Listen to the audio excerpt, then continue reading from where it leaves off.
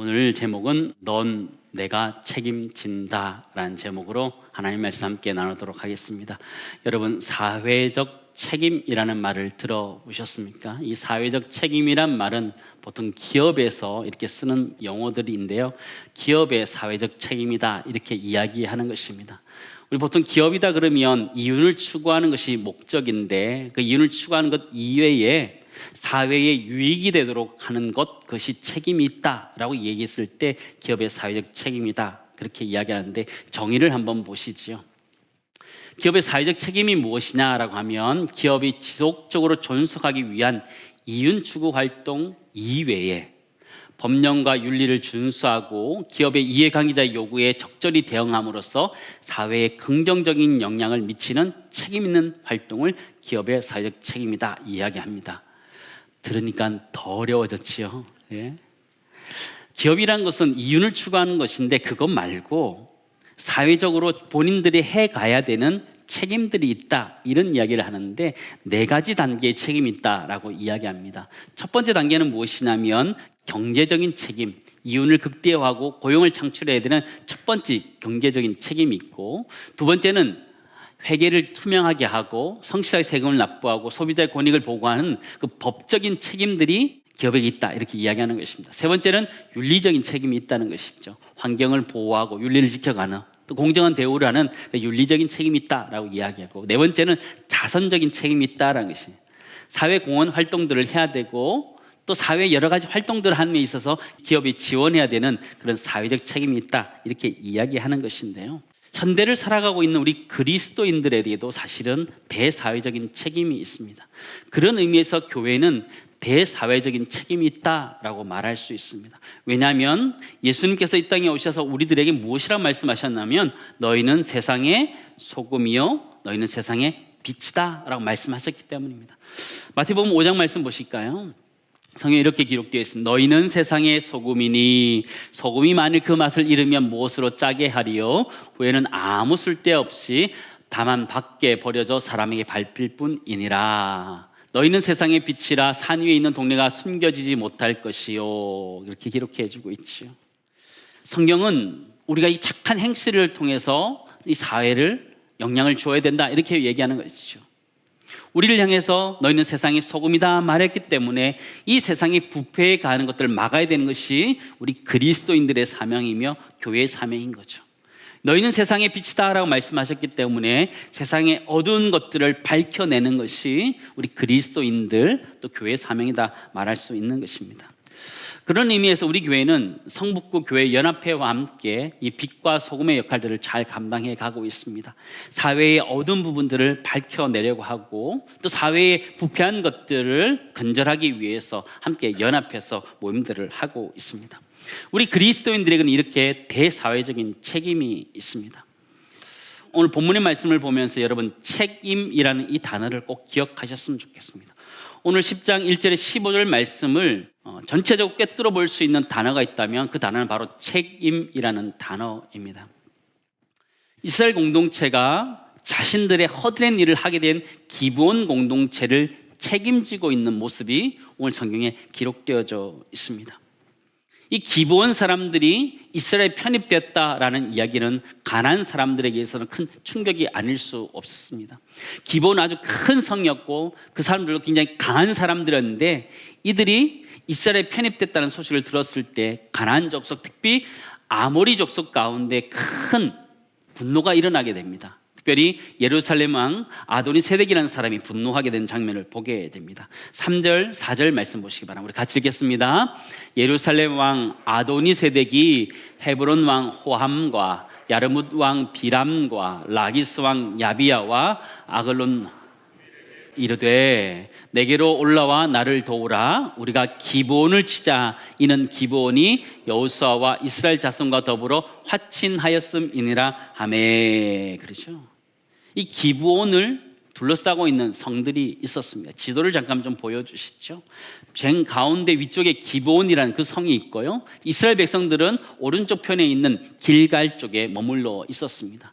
그 옆에 아래쪽에 있는 예루살렘과 야르뭇과 헤브론과 라기스 에글론 왕이 합심하여서 예루살렘 왕을 도와서 기브온을 치려고 하고 있는 장면이 오늘 본문의 장면입니다. 예루살렘 왕이 그들에게 이야기하는 것이죠. 내게로 올라와서 나를 도우라, 우리가 기브온을 치자, 이렇게 이야기하는 것입니다.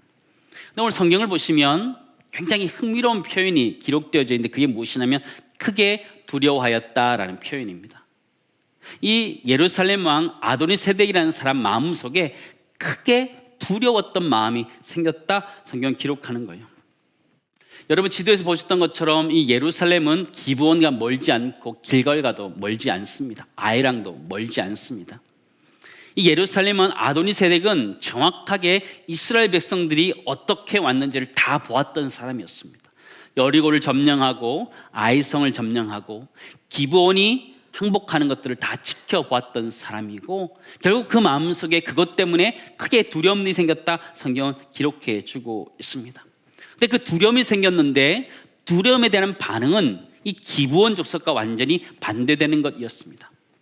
기브온 족속들은 그들에게 두려움이 있었을 때에 이스라엘 백성과 화친하고 조약하면서 이스라엘 백성화되는 것이 낫겠다라고 판단했지만, 도리어 이 아도니세덱이라는 이 예루살렘 왕은 대항하기로 작정하고 마주치게 됩니다.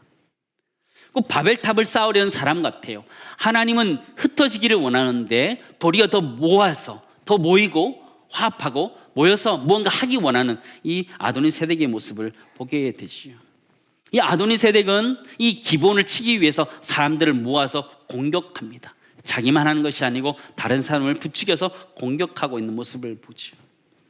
자신들의 방법으로 자신들의 문제를 해결하고 있는 이 아도니세덱의 모습을 우리는 발견하게 됩니다. 하나님을 대항하는 사람들의 모임이 바로 이런 모임인 거죠. 자신들의 문제는 자신들의 푼다라는 마음을 가지고 그렇게 대항하고 있는 모습을 성경은 보여주고 있어요. 그런데 기브온을 공격했다는 것은 결단코 작은 게 아니에요. 가나안 족속이 공격해야 된다면 누굴 공격해야 될까요? 이스라엘 백성들을 공격해야 되는데 그들은 치사하게 기브온을 공격하는 거예요. 내부 단속을 하는 것이죠. 가나안 족속들, 너희도 나가면 너희도 똑같이 이렇게 당할 것이라는 것들을 하기 위해서 기브온을 공격하고 있는 모습을 보게 되지요. 기브온은 이스라엘 백성들 가운데 허드렛 일을 하는 사람으로 전락되었어요. 그러나 그들이 이스라엘 공동체에 편입되는 것 자체를 기쁘게 여겼던 사람이에요. 이 아도니세덱은 그 기브온을 공격하는 아주 치사한 사람인 거죠. 아주 완악한 사람인 거죠. 저는 오늘 본문의 말씀을 이렇게 준비하면서 아도니세덱이 마음에 크게 두려워했다라는 마음, 그 마음이 들었다는 것에 관심을 가지게 되었습니다. 그에게 크게 두려움의 마음이 생겼는데 전혀 다르게 반응했다라는 거예요. 기브온이라는 사람은 하나님을 알아야겠다 생각하고 하나님의 백성이 되는 대로 그의 두려움을 사용했는데, 아도니세덱이라는 사람은 도리어 하나님을 대적하는 데 사용했다는 것을 보게 되시오. 사랑하는 성도 여러분, 아도니세덱의 방법은 자신의 인생을 책임질 수 없었습니다. 도리어 기브온이 하나님을 향해서 마음의 문을 열었을 때 그의 인생을 하나님 책임지셨던 것을 우리는 보게 됐죠. 여기서 우리 첫 번째 깨닫기 원하는 것은 이것입니다. 우리가 하나님을 향해서 마음을 여는 것 그 자체가 우리의 인생을 책임지는 것인 줄을 믿습니다. 우리 인생이 그렇다라는 것이죠. 우리 인생이 하나님을 향해서 마음을 활짝 열어놓는 것, 기브온이 기생 라합이 이스라엘 백성들을 향해 마음의 문을 활짝 열었던 것처럼 그렇게 여는 것이 우리의 인생을 책임지는 것이다, 우리에게 이야기해주고 있는 것이죠. 우리 인생이라는 것은 하나님을 만나면서부터 시작되는 줄을 믿습니다. 내가 누구인지 또 내가 어떤 일을 해야 되는지를 하나님을 만나면서 알게 되는 거예요. 하나님 끊임없이 우리의 마음의 문을 두들기고 있는 것이죠. 계시록 3장 20절 말씀 보시기 바랍니다. 우리 같이 읽겠습니다. 볼지어다 내가 문 밖에 서서 두드리노니 누구든지 내 음성을 듣고 문을 열면 내가 그에게로 들어가 그와 더불어 먹고 그는 나와 더불어 먹으리라. 주님은 끊임없이 우리 인생의 마음의 문을 두드리시는 거예요. 나 혼자 뭔가 해결하는 우리들의 마음의 문을 두들기시는 거예요. 마음의 문을 열라라고 말하는 것이죠. 하나님을 향하여 우리의 마음의 문을 열 때 하나님이 우리의 인생을 책임져 주시는 줄을 믿습니다. 여러분 마음속에 또 여러분은 하나님을 만나셨습니까? 아직 하나님을 만나지 못했다면 우리는 하나님을 지금 거부하고 있는 것은 아닌지, 그것으로 우리 인생을 책임질 수 없다는 걸 기억하면서 기생 라합이 자신의 마음의 문을 활짝 열었던 것처럼, 이 기브온 사람들이 마음의 문을 활짝 열었던 것처럼 우리의 마음의 문을 하나님께 활짝 열어서 하나님이 우리의 인생을 책임져 주시기를 간절히 소망합니다. 그런 인생이 지혜로운 인생이라는 것을 우리는 발견하게 되지요. 이 아모리 족속성의 사람들이 공격해 오니까 기브온으로서 감당하기 어려웠던 것이죠. 이스라엘 백성들에게 도움을 요청한 장면이 기록되어져 있습니다. 6절, 7절 말씀 우리 같이 읽겠습니다. 기브온 사람들이 길갈 진영에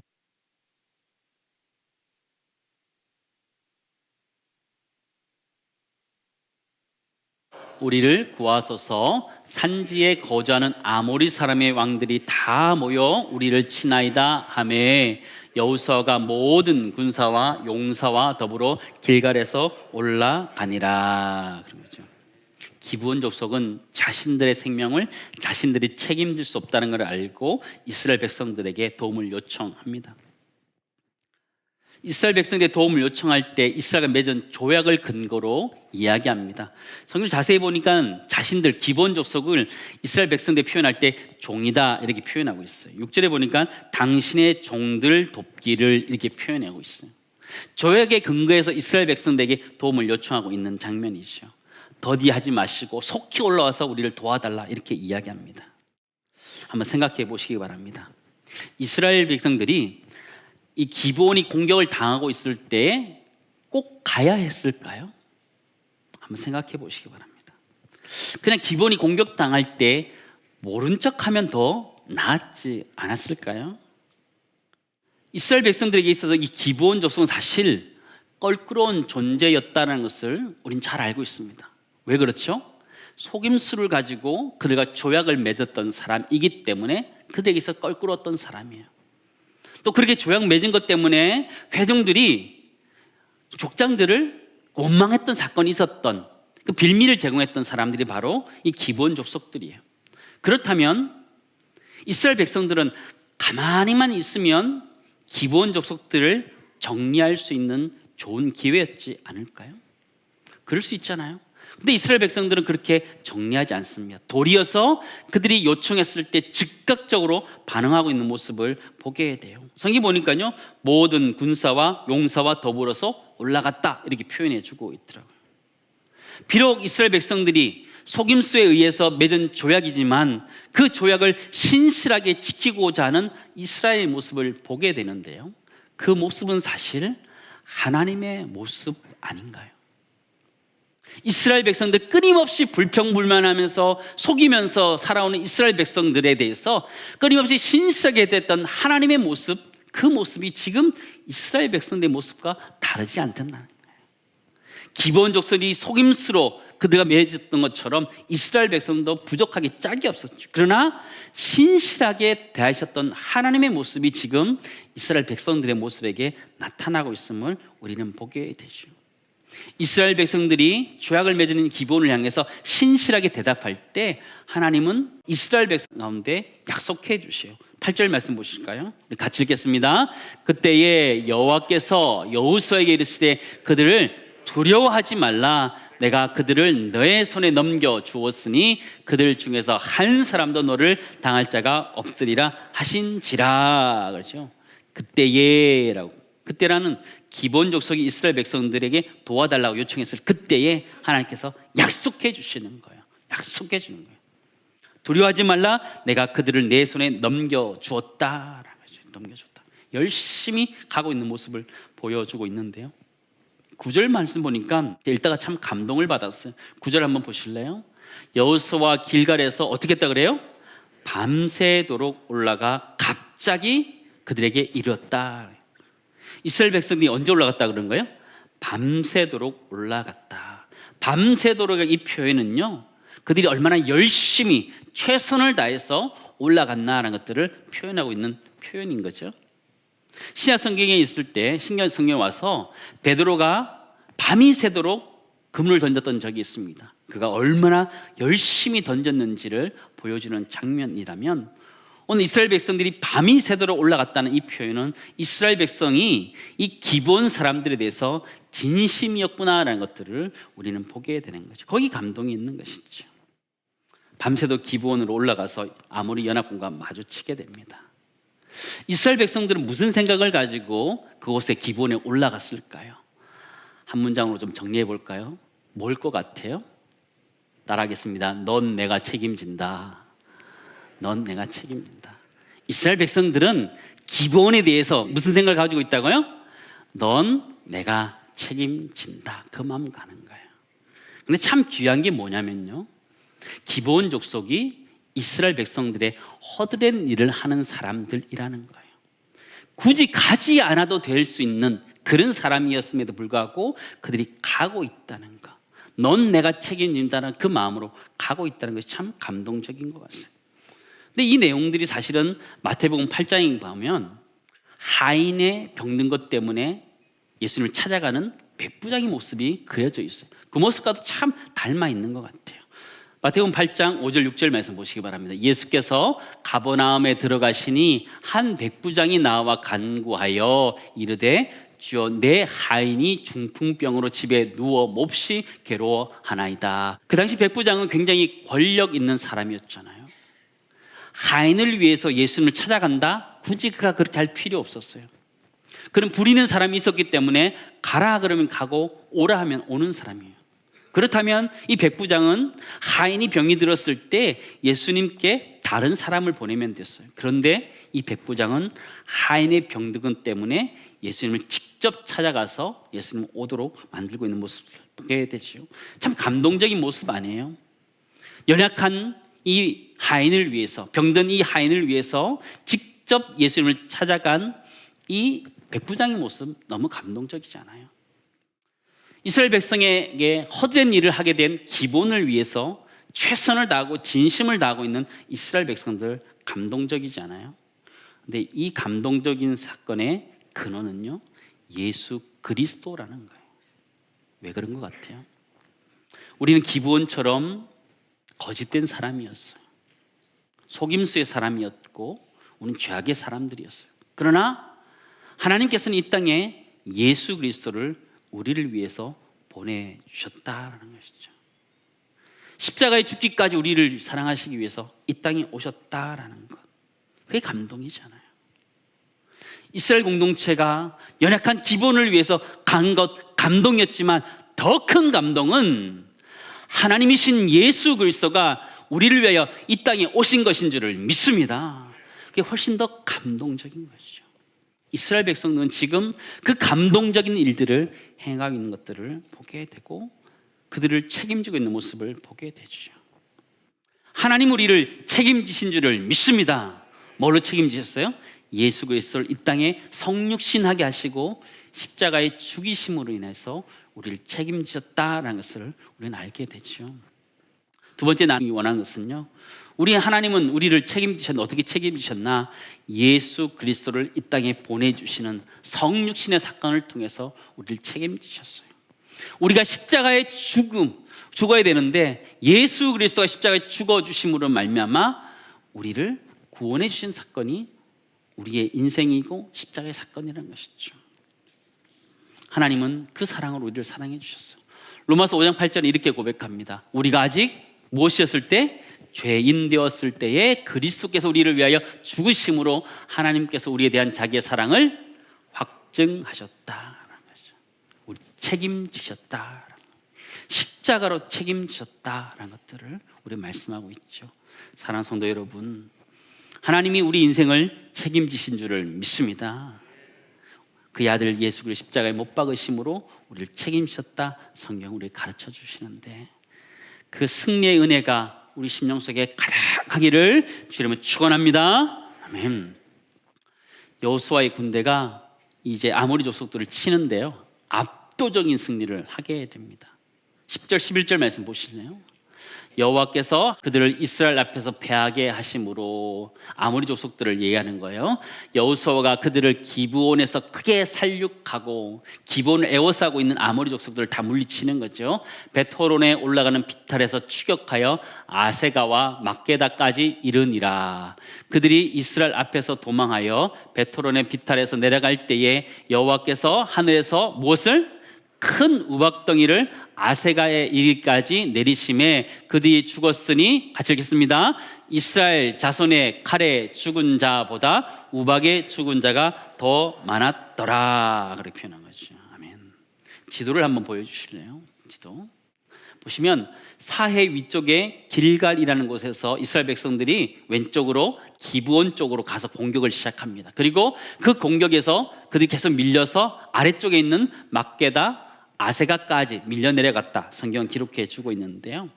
근데 흥미로운 기록이 하나 있습니다. 11절에 보니까 벳호론의 비탈에서부터 아세가 이르기까지 큰 우박이 내렸다. 이렇게 표현해 주고 있는데요. 성경 저자는 이렇게 평가해 주고 있어요. 이스라엘 자손의 칼에 죽은 자보다 우박에 죽은 자가 더 많았더라. 표현하고 있는 거예요. 이게 어떤 의미를 가지고 있을까요? 이스라엘 백성이 칼로 죽인 사람보다 하나님이 큰 우박을 내려서 죽인 사람이 더 많았다. 무슨 의미를 가지고 있을까요? 한 문장으로 표현하면 뭐라고 할까요? 넌 내 손에 죽었다는 거예요. 넌 내 손에 죽었다라는 거예요. 하나님이 아모리 족속에게 경고하는 거예요. 넌 내 손에 죽었다라는 거예요. 이 전쟁은 여호수아의 전쟁이 아니라는 거예요. 이스라엘의 전쟁이 아니라 하나님의 전쟁이라는 것을 이야기해 주고 있는 본문이라는 것이죠. 여호와 하나님께서는 이 본문의 사건을 통해서 뭘 얘기하고 있는 것일까요? 뭘 얘기하는 것 같아요? 신실하게 하나님 약속을 지키기 위해서 출전하고 있는 이스라엘 백성들에게 하나님 그들이 죽이는 것보다 하나님께 죽이는 것이 훨씬 더 많았다 표현하고 있는 거예요. 그 얘기는 무슨 얘기하는 걸까요? 다시 따라하겠습니다. 넌 내가 책임진다. 그 얘기하고 있는 거예요. 이스라엘 백성, 너희 내가 책임진다 말씀하시는 거예요. 너희가 부족한 기본을 책임지려고 했던 것처럼 지금 이 전쟁은 나의 전쟁이므로 내가 책임진다 말씀하면서 하나님이 이끌어 가시는 줄을 믿습니다. 신실하게 조약을 지키기 위한 이스라엘 백성들을 하나님이 지키겠다 말하고 있는 장면을 우리는 보게 되지요. 사랑하는 성도 여러분, 오늘 집으로 돌아갈 때 여러분 딱 한 문장만 기억하고 갑시다. 뭘 기억해야 될까요? 넌 내가 책임진다. 하나님이 우리에게 말씀하시는 거. 하나님. 우리는 우리 인생 아도니 세덱처럼 내 방법으로, 내 수단과 방법으로 내 인생을 책임지려는데 안 된다라는 것이죠. 도리어 우리 마음의 문을 활짝 열어 주님께 우리 인생을 의탁할 때에 주님 우리 인생을 책임져 주시는 거예요. 그리고 하나님 말씀대로 살기로 애쓰는 이스라엘 백성들, 그들이 애쓰는 이스라엘 백성들이 있었을 때 하나님은 그들을 책임져 주고 있는 장면을 우리에 기록해 주고 있죠. 하나님께서 책임져 주는 인생이 되기를 주님은 축원합니다. 내가 내 인생을 책임지는 것이 아니라 하나님이 내 인생을 책임지는 것이에요. 설교 제목 뭐라고요? 넌 내가 책임진다. 걱정스러워서 또 말씀드리는 거예요. 집에 가면 또 잊어버릴까 봐. 네. 넌 내가 책임진다. 하나님 우리에게 말씀하시는 그 음성 듣고 우리 모두 주 안에서 승리할 수 있기를 간절히 소망합니다. 오늘 본문에서 사실 우리 관심을 끄는 것은 또 다른 사건들이 좀 있어요. 전체 물리학적으로 이해가 되지 않는 장면이 성경에 기록되기 있기 때문에 이스라엘 백성들이 이들을 치는데 태양과 달이 멈춰서는 그런 일들이 일어나게 됩니다. 12절 13절 말씀 보실래요?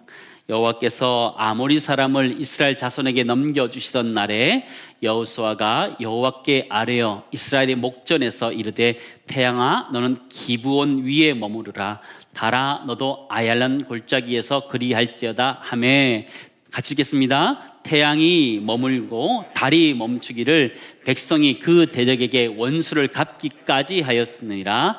야사렛 책에 태양이 중천에 머물러서 거의 종일 동을 속히 내려오지 아니하였다고 기록되지 아니하였느냐 그러죠. 저기 있는 야살의 책이라는 것은요, 의로운 자의 책이다라고 알려져 있는 책인데요, 지금은 존재하지 않습니다. 여호수아 10장과 사무엘 1장에 이 야살의 책이 언급되어 있지만 이 고대에 기록된 문서로 알려져 있지 실제로 존재하지는 않습니다. 아마 바벨론 포로 기간에 아마 사라진 것으로 알려져 있는데요, 중요한 것은 이 사건이 그런 고대 기록에 기록되었었다라는 것 그 자체를 이해하는 것이 중요합니다. 그런데 우리가 이 본문의 말씀을 읽으면 우리의 관심과 의심이 드는 게 있어요. 그게 뭐예요? 태양이 멈추고 달이 멈췄다라는 사건에 우리 관심이 온통 쓰여지고 있어요. 여러분, 태양과 달이 멈추면 어떤 일이 일어날까요? 우주에 대혼란이 일어나게 될 것입니다. 그렇죠? 우리는 이 부분을 어떻게 이해하고 알아가야 될까요? IBP 성경 배경 주석이라는 책이 있는데요, 그 책의 구약 부분을 편집한 휘튼 대학의 존 월튼 교수라는 분이 2019년에 우리나라를 방문한 적이 있습니다. 그분은 오셔가지고 고대 근동의 눈으로 성경을 읽어야 된다, 이런 이야기를 한 건데요, 당연한 이야기를 한 겁니다. 당연한 이야기를 한 거예요. 근데 이분이 강연 끝말 때쯤 여호수아 10장 이 본문에 대해서 이야기하면서 좀 도발적인 해석을 우리에게 던지고 갔어요. 여호수아 10장은 천체 물리학적인 입장이 아니라 징조 문학의 입장에서 보아야 한다, 이렇게 이야기하는 거죠. 고대 근동 사회는 징조 문학이라는 것이 있었다라는 것이에요. 그게 무엇이냐면 해, 달, 별 이런 것들은 그 당시에 천체 물리학적으로 설명할 수 있는 것이 아니고 징조를 나타내는 상징들로 쓰여졌다, 이렇게 보는 입장이 있는 것이죠. 좀 더 쉽게 얘기하면요, 이스라엘 백성이 달이 언제 뜨느냐가 이 아모리 족속에게 있어서 길조냐 흉조냐 볼 수 있는 그런 게 있었다라는 것을 이야기하는 거였어요. 근데 오늘 성경 본문에서 이분이 해석하는 건 어떻게 해석하냐면 이 달이 떴는데 이때가 딱 흉조 때 떴다라는 거예요. 그래서 아모리 족속들이 벌벌 떨고 이스라엘에게 공격을 당해서 죽었다, 이렇게 표현하고 있는 구절이 그렇게 해석하더라고요. 그래서 크리스천 투데이 같은 이 기사는요, 도발적인 해석이다 이렇게 표현하고 있는데 저도 개인적으로 도발적인 해석이다 이렇게 표현해 보고 있습니다. 오늘 본문 앞 뒤를 보면 이것이 그냥 징조 정도 보이는 것이 아니라 천체 물리학적으로도 하나님께서 멈춘 사건이다라는 것들을 보게 돼요. 물론 우리의 상식적으로 이해되는 부분은 아닙니다. 그러나 우리의 신앙의 상식으로는 충분히 이해될 수 있죠. 천지 만물을 만드신 하나님께서 그것을 멈추게 하지 못하실까요? 멈출 수 있지요. 그럼에도 불구하고 아무 일도 일어나지 않도록 보호하실 수 있는 것이 하나님이시죠. 그런 부분 우리는 충분히 이해할 수 있는 거예요. 근데 중요한 것은 태양이 멈췄느냐 달이 멈췄냐, 이게 중요한 것이 아니라는 거예요. 오늘 본문에서 이야기하고자 하는 것은 태양이 멈추는 것, 또 달이 멈추는 것, 이게 중요한 게 아니라는 거예요. 이 모든 것을 다스리는 분이 하나님이시고 이 하나님이 기도에 응답하셨다는 것이 가장 중요한 말씀이라는 거예요. 14절 말씀 같이 볼까요? 14절 같이 읽겠습니다. 여호와께서 사람의 목소리를 들으신 이 같은 날은 전에도 없었고 후에도 없었나니 이는 여호와께서 이스라엘을 위하여 싸우셨음이니라. 그죠? 그 일이 있었는데 그 가장 중요한 사건이 무엇이냐면 여호와께서 사람의 목소리를 들으신 것이 이만한 일이 이전에도 없었고 이후에도 없었다, 이렇게 표현하고 있는 거예요. 중요한 게 무엇이에요? 하나님이 들으셨다, 응답하셨다라는 것들을 이야기하는 것이죠. 천지 만물을 다스리는 하나님께서 지금 등장하셔서 우리에게 말씀하시는 거예요. 이스라엘 백성들에게 말씀하시는 거예요. 뭐라 말씀하시는 거예요? 금방 잊어버리죠. 봐요. 넌 내가 책임진다. 천지 만물을 만드신 하나님께서 달을 멈추게 하시고 태양을 멈추게 하시는 하나님께서 이스라엘 백성들에게 말씀하시는 장면이에요. 넌 내가 책임진다. 사랑하는 성도 여러분, 하나님 우리 인생 어떻게 책임지실까요? 여호수아가 기도할 때 그의 인생을 책임지셨어요. 우리 인생 살아가면서 우리가 기도하고 간구할 때에 하나님이 우리의 인생을 책임져 주시는 줄을 믿습니다.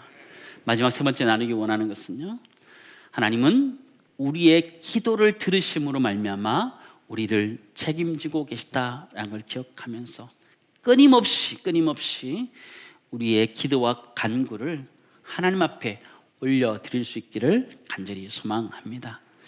인생을 살아가면서 여러 가지 걱정과 염려들이 참 많이 있습니다. 그럴 때 하나님 앞에 기도하고 간구함으로 하나님이 책임지라고, 하나님께 모든 무거운 짐들 다 내려놓고 갈 수 있기를 간절히 소망합니다.